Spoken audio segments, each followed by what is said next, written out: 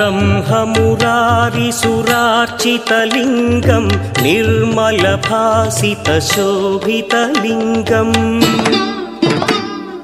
जन्मज दुःखविनाशकलिङ्गं तत्प्रणमामि सदा शिवलिङ्गम्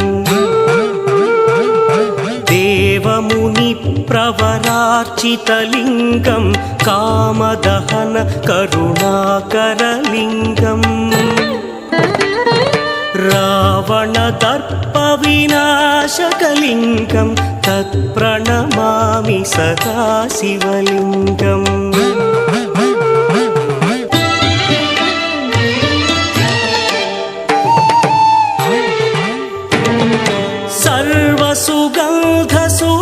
सर्वसुगन्धसुलेपितलिङ्गं बुद्धिविवर्धनकारणलिङ्गं सिद्धसुरासुरवन्दितलिङ्गं तत्प्रणमामि सदा शिवलिङ्गं कनकमहामणिभूषितलिङ्गं फणिपरिवेष्टितशोभितलिङ्गम्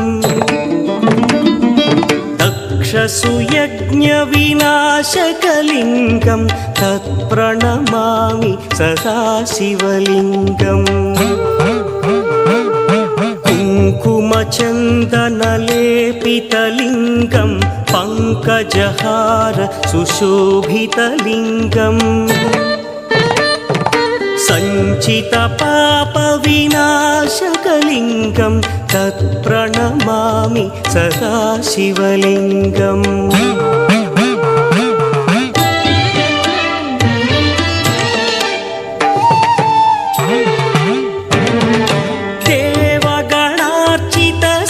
देवगणार्चितसेवितलिङ्गं भावैर्भक्तिभिरेव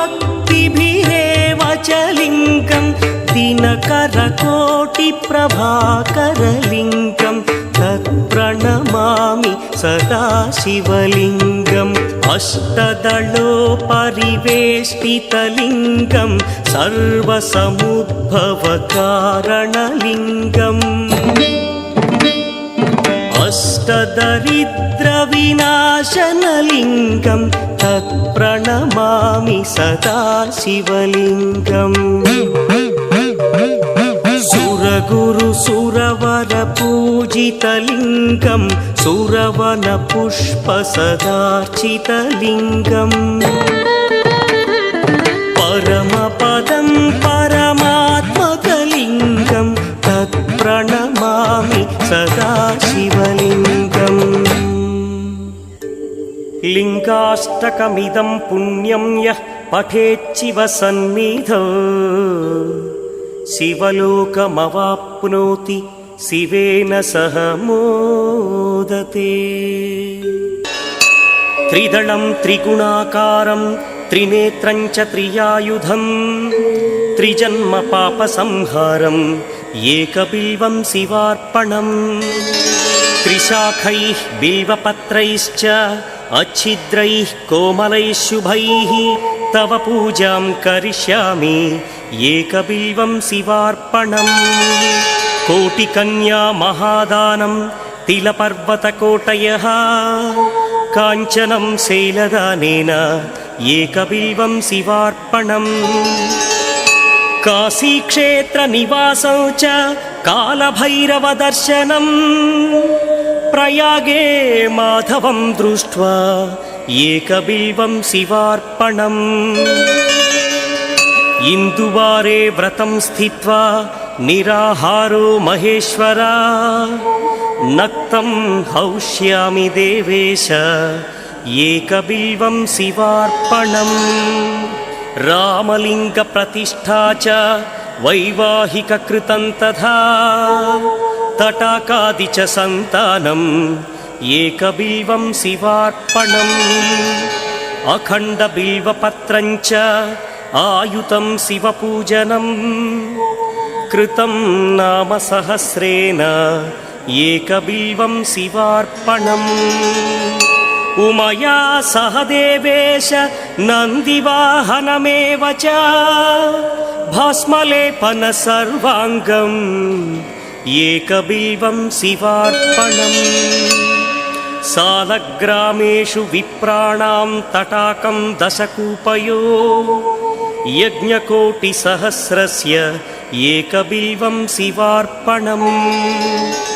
दन्तिकोटिसहस्रेषु अश्वमेधशतक्रतौ कोटिकन्या महादानम् एकबिल्वं शिवार्पणम् बिल्वानां दर्शनं पुण्यं स्पर्शनं पापनाशनम् अघोरपापसंहारम् एकबिल्वं शिवार्पणम् सहस्रवेदपाठेषु ब्रह्मस्थापनमुच्यते अनेकव्रतकोटीनाम् एकबिल्वं शिवार्पणम् अन्नदानसहस्रेषु सहस्रोपनयनं तथा अनेकजन्मपापानि एकबिल्वं शिवार्पणम् बिल्वाष्टकमिदं पुण्यं यः पठेच्छिवसन्निधौ शिवलोकमवाप्नोति एकबिल्वं शिवार्पणम् प्रभुं प्राणनाथं विभुं विश्वनाथं जगन्नाथनाथं सदानन्दभाजम् भवद्भव्यभूतेश्वरं भूतनाथं शिवं शङ्करं